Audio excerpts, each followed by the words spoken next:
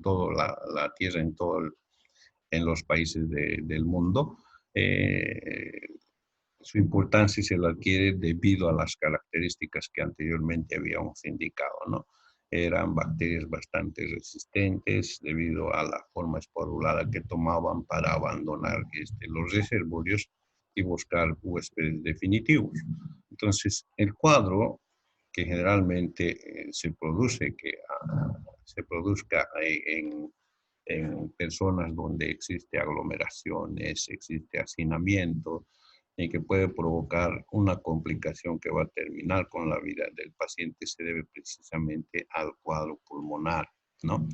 Y esto es muy fácil, la diseminación, es muy fácil poder distribuir estos gérmenes de diferentes formas.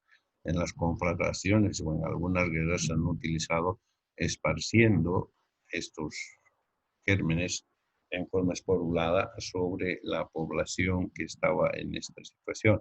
Entonces, muchas de las personas que estaban, o sobre todo están en este tipo de situación, no están en condiciones adecuadas. Primero, que están hacinados. Segundo, que están en agrupaciones grandes. Tercero, que por el tema de la conflagración generalmente están con bajas de defensa, el estrés, la poca alimentación y todas esas condiciones que hacen que estas personas estén predispuestos a adquirir esta patología. Normalmente el cuadro pulmonar, que es el más grave y que termina generalmente con decesos, dura entre 2 y 43 días y que generalmente nos van a provocar sintomatología característica de casi todas las patologías: dolor muscular, fiebre, vómitos de principio, ¿no? Y que luego va a ir complicándose, hace rato le decía, en la medida en que las esporas, o sea, los de menor tamaño, puedan llegar a vías respiratorias bajas a nivel del tejido pulmonar, donde van a provocar lesiones y que se van a ir complicando con mayor fiebre, cantidad de tos, expectoración hemoptoica, o sea, pérdida de sangre a través de la eliminación de esputo en los golpes de tos que tenga, y que sobre todo nos va a provocar un distrés respiratorio debido al proceso inflamatorio, debido al bloqueo de la circulación linfática que se va a producir y la extravasación de sangre hacia el tejido, hacia los bronquios, lo que se va a trasuntar en la expectoración hemoptoica, y que finalmente, además, si hacemos imagenología, vamos a ver un ensanchamiento del mediastino, lo que es un síntoma de mal pronóstico. Generalmente, cuando se llega a este extremo y no es atendido el paciente, va a llegar a fallecer. Entonces, es esta la forma en la que se produce cuando existe una diseminación de estas esporas, sobre todo con motivo de una conflagración. Las personas van a llegar a fallecer por este tipo de cuadro. ¿Cuál es otro de las formas en la que no hemos hablado anteriormente? Es el edema maligno. En realidad es una variante de la lesión que se tiene de las lesiones dérmicas, y que se caracteriza generalmente por la presencia de una escara, de una costra bastante dura y de un color oscuro, por el cual se le ha dado el nombre de anthrax, rodeado de pequeñas ampollas con una gran cantidad de este tipo de bacterias, y sobre todo van a producir una toxemia grave. Hace rato les decía que en algunas ocasiones va a ser necesario realizar cirugías para disminuir o para parar o para limitar la lesión necrotizante que va a producir, ¿no? En algunos casos, sobre todo cuando se trata de afecciones a nivel de los extremos vitales, los dedos o de los miembros inferiores o superiores, a veces se recurre a la amputación para disminuir la posibilidad de extenderse al cuadro. Entonces, también es uno de los problemas bastante serios que se presentan. Pero el tema del cuadro pulmonar es uno de los cuadros generalmente de un pronóstico grave y severo, que va a causar el fallecimiento de los pacientes. Por eso el afán de armarlo en una arma biológica, ¿no? En el diagnóstico es netamente laboratorio, podría decirles, porque la sintomatología, como han visto ustedes, es muy similar a otras patologías. De principio, una sintomatología general, que no nos va a dar muchas luces, salvo las lesiones dérmicas que podrían verse en los pacientes, que nos podría orientar. Pero cuando no existe lesión dérmica y sí solo hay lesiones ya sea digestivas o pulmonares, tienden a confundirse con muchos cuadros, ¿no? La expectoración hemoptoica, la cantidad de vómito y de despeño diarreico, que son compatibles con otras patologías. Entonces, para esto, el diagnóstico principalmente tiene que ser laboratorial. Y para esto vamos a utilizar el líquido vesicular, vamos a utilizar exámenes de sangre, vamos a realizar cultivos y biopsias que nos van a poder identificar al productor de la patología y por lo tanto el diagnóstico. También se puede utilizar inmunofluorescencia, que nos va a dar la imagen y va a identificar al causante de la patología. Podemos utilizar la tinción de Gram, podemos utilizar esta técnica que se conoce como el frotis o teñido de Magfadian o azul de metileno policrómico, o hay otra técnica que se llama el India Ink, que están anotados como pruebas para identificar y diagnosticar esta patología, ¿no? La verdad es que yo estas últimas pruebas no las conozco, no hemos hecho por lo menos en el tiempo que trabaja hasta la fecha, ¿no? También el tema de los materiales que se van a utilizar para manejar o para hacer diagnóstico, tienen que tomar todas las medidas necesarias por su carácter también de posibilidad de afectar a las personas que van a trabajar con el laboratorio haciendo el diagnóstico de este tipo de... Otra de las pruebas que se puede utilizar, entre otras pruebas que pueden utilizarse para la identificación de esto, podemos hablar la técnica de ELISA, que es una prueba de inmunoprecipitación, que se utiliza también para varias patologías, para la identificación de varias patologías, en este caso también, o la detección de antígenos, que nos van a permitir también identificar la presencia de estos y poder hacer el diagnóstico a través. Y hay otras pruebas más que se anotan y que están en la literatura, ¿no? Como pruebas que sirven para el diagnóstico. En el diagnóstico diferencial, lo que les decía hace rato, es que es una patología compatible con muchas otras debido a la sintomatología. De principio, sintomatología similar en los síntomas iniciales de cualquier tipo de patología, fiebre, dolor, mialgias y todas esas situaciones.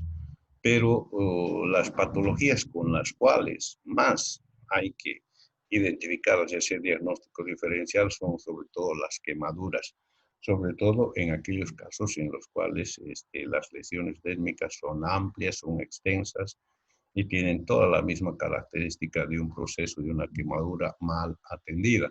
Entonces, en esto sí hay que hacer mucha diferencia para poder tener un diagnóstico cabal y no tener equivocación. También el tema de las lesiones cutáneas en diferentes lugares, como el cuello, la cara, deberán hacerse sobre todo con lesiones, también las manos, ¿no? Sobre todo los miembros, con algunos cuadros como la celulitis, cuadros o procesos infecciosos que van a provocar lesiones o de proceso inflamatorio y pudiendo llegar inclusive a la necrosis debido a las complicaciones con otras bacterias, también son patologías con las cuales hay que hacer diferencia. Realmente el laboratorio es quien nos va a resolver este tipo de problemas cuando es difícil identificarlas en forma clínica, ¿no? Sobre todo con otro tipo de patologías necrotizantes que conocemos y existen. En otro de los Otra de las patologías de las cuales también hay que hacer diagnóstico es principalmente los problemas gastrointestinales, debido, por ejemplo, a presencia de cuadros de abdomen agudo, debido a que nos van a provocar lesiones o sintomatología similar a las que presenta esta patología, ¿no? Despeños diarreicos bastante seguidos y abundantes, vómitos incoercibles que nos van a provocar lesiones bastante graves en el caso de, de personas que tengan, por ejemplo, inmunidad deprimida o inmunidad no suficiente, que van a reproducir el cuadro con la severidad que se presenta en otros cuadros, ¿no? Por ejemplo, hablamos de eso, de los cuadros de shigellosis, donde vamos a tener grandes cuadros de despeños diarreicos debido a la cantidad de toxinas que producen ellos. ¿Cómo se llama? Creo SIGA. Es la toxina principal que nos va a provocar este tipo de síntomas. En el tratamiento, existe una gran cantidad de antibióticos que se utilizan en el tratamiento. Ya les decía, ha sido un problema bastante serio, sobre todo en las confederaciones, lo cual ha hecho que muchas personas se dediquen a buscar el antídoto, la forma de tratar este tipo de... Actualmente se utilizan varios esquemas. Anteriormente el tema del uso de la bencilpenicilina procaínica en 1 millón de unidades internacionales por día intramuscular de 7 a 18 días era el esquema oficial para hacer el tratamiento de este tipo de patología. Actualmente se utiliza la ciprofloxacina, 500 miligramos cada 12 horas por vía oral de 7 a 10 días. Pero en el caso de que se trate que hubiera sensibilidad para este antibiótico, también hay la posibilidad de utilizar la eritromicina en una dosis de 500 miligramos por cada 6 horas por vía oral de 7 a 10 días. O también la amoxicilina, aunque ahora ya la amoxicilina está dejando de utilizarse debido a la presencia de resistencia de muchas bacterias que ahora para las cuales ya no es efectiva la amoxicilina, ¿no? Entonces, hasta hace unos años atrás, la amoxicilina era una de las drogas bastante buenas y no había, o eran muy pocas las bacterias a las que nos hacía efecto. Actualmente la amoxicilina ya es un antibiótico que tiene mucha resistencia y se utiliza poco. En el caso de los niños, sobre todo aquellos que pesan menos de 40 o hasta los 40 kilogramos, se usa aún la bencilpenicilina procaínica. No se olviden que este tipo o este grupo de antibióticos todavía está vigente en el Sistema Único de Salud de Bolivia. En los casos donde haya infecciones respiratorias agudas u otro tipo de infecciones, aún se utiliza como un medicamento actual, ¿no? La dosis es de 1 millón de unidades internacionales por día intramuscular, también de 7 a 10 días. O se utiliza la amoxicilina, 50 miligramos por kilogramo por día y cada 8 horas por vía oral de 7 a 10 días. O en el caso de la eritromicina, que, bueno, nosotros en medicina lo que hacemos es que para la eritromicina la vamos a guardar principalmente para mujeres que tengan hipersensibilidad a algún tipo de antibiótico como las penicilinas o también a la presencia de un embarazo. Entonces, en estos casos sí está indicado. Pero también podemos utilizar, como hemos dicho anteriormente, en personas que son sensibles o son resistentes o presentan alergia a otro tipo de antibióticos, ¿no? Entonces sí utilizamos la eritromicina en una dosis de 30, 50 miligramos por kilogramo día, cada 6 horas vía oral, de 7 a 10 días en gestantes. Entonces vean, es amplio la cantidad de antibióticos que podemos utilizar en este tipo de patología y precisamente se debe a que existen muchos estudios que se han desarrollado, sobre todo en esta patología debido al uso, como hemos dicho, como un arma biológica. El tratamiento, en cambio, cuando tenemos las complicaciones como el edema maligno, ¿no? O la meningitis carbuncosa, o el carbunco intestinal, o el carbunco respiratorio del que nos hemos referido hace rato, y que generalmente son complicaciones que terminan en deceso o muerte del paciente, se ha utilizado el siguiente esquema de tratamiento, ¿no? En un periodo promedio de 10 días. En adultos se ha utilizado la bencilpenicilina sódica, 2 millones a 4 millones de unidades internacionales cada 4 horas, todo por vía endovenosa. O también la ciprofloxacilina, 400 miligramos, endovenoso cada 12 horas, ¿no? Entonces, actualmente el medicamento de número 1, o sea, en la línea número 1, podríamos decir, está la ciprofloxacilina, debido a que la penicilina ha dejado de utilizarse mucho en muchas patologías debido a la resistencia que han presentado las bacterias a esto. En niños hasta 40 kilogramos usamos la bencilpenicilina sódica, ahí sí aún seguimos utilizando de 50.000 a 75.000 unidades por kilogramo cada 6 horas por vía endovenosa, y también la streptomicina, 30 miligramos por kilogramo día. ¿Aún se utiliza la streptomicina? ¿En qué patología han visto usar la streptomicina? En tuberculosis. Se usaba, ¿no? Ya no. En el caso de la tuberculosis, la streptomicina era un medicamento de primera elección, de primera línea, debido a Salmonella, creo. también, ¿no? Pero que actualmente ya no se utiliza, ¿no? No sé si alguna vez lo han visto alguna vez ustedes, a streptomicina en algún servicio donde hayan hecho visita, hayan estado haciendo práctica. No fuimos solo una vez y vino la pandemia.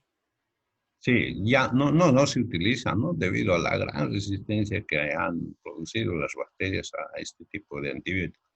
Lo que sí les digo, en la historia de la medicina y en la farmacopea, podemos decir que la streptomicina ha sido uno de los medicamentos que ha tenido mucho éxito con pacientes de tuberculosis.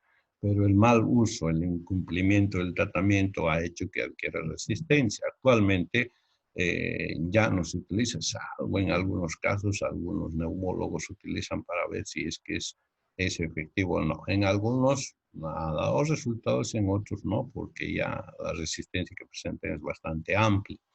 Entonces, antes se utilizaba 1 gramo intramuscular diario, y en los primeros esquemas se utilizaba una ampolla cada día durante 360 días, o sea, 1 año con este tipo de inyectado, cuando todavía el tratamiento era solo monoterapia, solo con penicilina, con este tipo de antibiótico, con la streptomicina. Ya luego vino en la historia de la tuberculosis y la neumología el uso de medicamentos que acompañaban esto, la streptomicina, la rifampicina, el INH, el etambutol, el ácido periódico, que han ido armando unos cócteles y formando esquemas de tratamiento.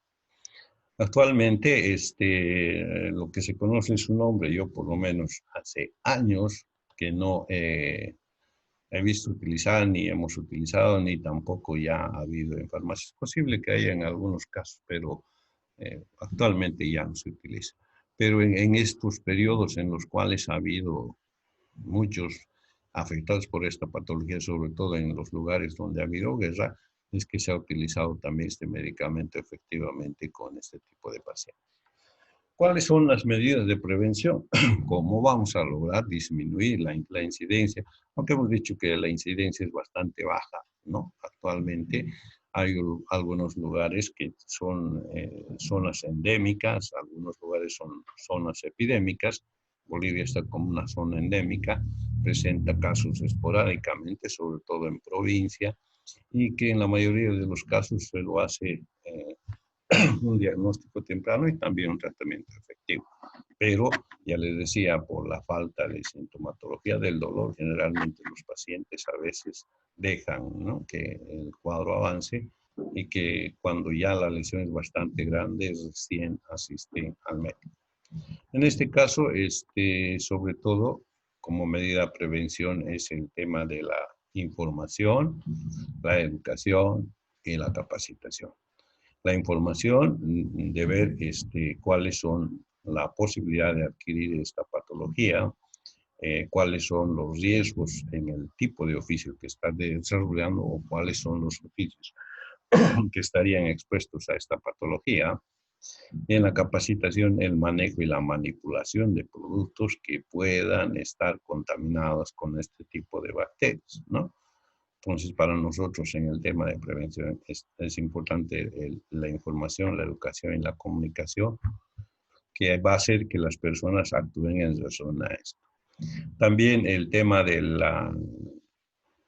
conocimiento de las patologías que pueden provocar lesiones a los animales o a las personas, y sobre todo a los animales, porque sobre todo aquellas de los cuales nosotros extraemos alimentos, ¿no? Alimentos de origen animal como la carne sobre todo, la leche y otros productos que salen de esto, y que cuando no se hace un control podría provocar patología en las personas debido a su consumo de esta carne que estaría infectada. Entonces los gobiernos, ya sea local, nacional o los ministerios, son los que están encargados de tratar de hacer control de modo de que se garantice que la carne o los alimentos que provengan de estos animales que pueden ser reservorios de la patología sean inocuos para la alimentación de las personas, que no tengan la presencia de estas bacterias. O por lo contrario, trabajar a nivel de las personas e indicarles que, por ejemplo, el tratamiento de este tipo de alimentos con la ebullición va a disminuir la posibilidad de adquirir, o sea, comer comida o carne o productos que estén bien cocidos y bien elaborados. Principalmente son las mejores formas de hacer prevención de este tipo de patología, lo que se complementa con las otras medidas, lavado de manos, limpieza, higiene, evitar la presencia de agrupaciones grandes de personas y todas esas situaciones que complementarían a las medidas de prevención para disminuir la incidencia de esta patología, ¿no? Entonces, como ven, es una patología que, como les decía anteriormente, la incidencia es esporádica, hay algunos casos que se presentan, pero no deja de ser importante que por las características que tiene esta bacteria, los países, sobre todo aquellos países que están intentando expandirse o buscando mayores lugares donde puedan llevar su gente, han intentado usar sobre todo como una arma biológica con resultados bastante graves para las personas que sufrían este tipo de atentados. Es por eso la importancia y la presencia de estos, además esporádicamente, pero que sí se presentan y están presentes en varios lugares, hace que aún se considere como una enfermedad infecciosa que puede provocar daño a las personas. Bien, no sé si existe alguna pregunta hasta aquí, jóvenes.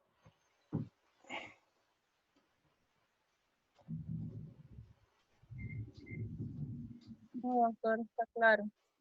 Muy bien. ¿Qué día nos toca el examen, hemos dicho? El lunes nos toca.